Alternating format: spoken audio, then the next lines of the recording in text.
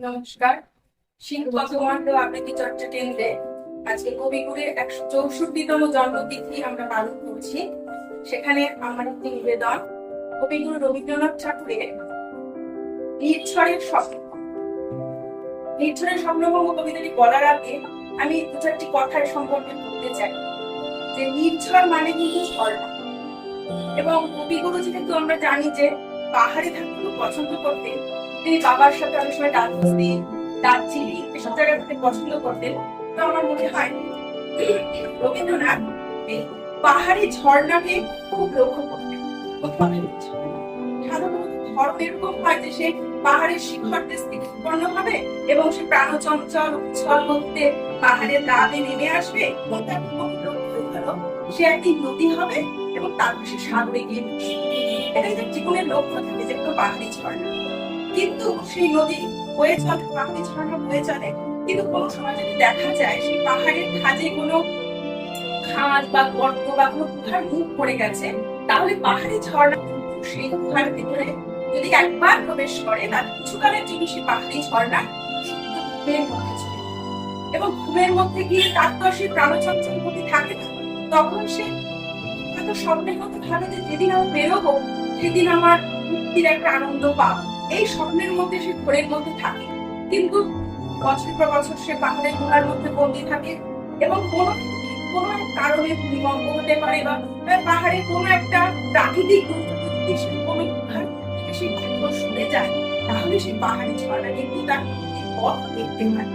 এবং তখন তার গায়ে যে হঠাৎ রবির কিরণ এসে পড়ে, যেমন পড়ি আজকে প্রভাতে রবির ঘর কেমন ছিল, মানে হঠাৎ করে সে সূর্যের আলো, ঘর আলোরে ছিল, সূর্যের আলো তার গায়ে গায়ে রবির আলো পড়ে, প্রভাত পাখির গান শুনতে পায়। তখন কিন্তু তার মধ্যে বাইরে বেরোনো যে আবেগ, যে বাসনা, সেটা কিরকম ভাবে হয় আবেগটাই কবি কিন্তু এই কবিতার মাধ্যমে নির্ঝরের স্বপ্নভঙ্গী কবিতার সেই ঝর্ণার আত্মকাহিনী, সে আত্মব্যাকুলতা, বাইরে বেরোনো মুক্তির আনন্দ, সেই কবিতার মাধ্যমে তুলে ধরেছে। তো এটা একটু বলে নিলাম যাতে কবিতাটা শুনতে না আরেকটু ভালো লাগে। তাহলে এমনি কবিতাটা ভীষণ সুন্দর, আর এটা বললে কবিতাটা শুনতে আরো ভালো লাগে। আজিয়ে প্রভাতে রবির কর কেমন বসিল রাগের পর, কেমনই বসিল গুহার আধারে প্রভাত পাখির গান, না জানি কেন রে এত দিন পরে জাগিয়া উঠিল প্রাণ, জাগিয়া উঠেছে প্রাণ, ওরে উঠলি উঠেছে বাড়ি, ওরে প্রাণীর বাসনা প্রাণীর আবেগ স্থির রাখিতে নারী, থর থর করি কাঁপিছে উধার, শিলা রাশি রাশি পড়েছে খসে, ফুলিয়া ফুলিয়া ভেঙিল সলিল, গরজে উঠেছে দারুণ রসে,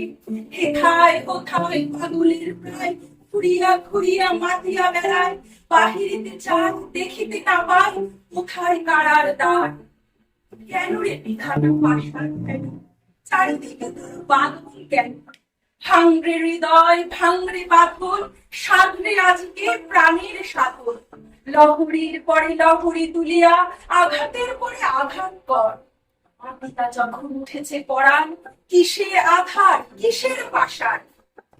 যখন উঠেছে বাসনা জগতে তখন কিসের ডর, আমি ঢালিব কবিতা ধারা, আমি ভাঙিব পাষাণ গায়ে, জগৎ প্রাণিয়া বেড়াম তাহিয়া পাগল পাড়া, কেশ এলাইয়া ফুল কুড়াইয়া রাম আঁকা মাথা উড়াইয়া, রবির কিরণে হাসি ছড়াইয়া পরাণ ঢালি, শিখর হইতে শিখরে ছুটিব,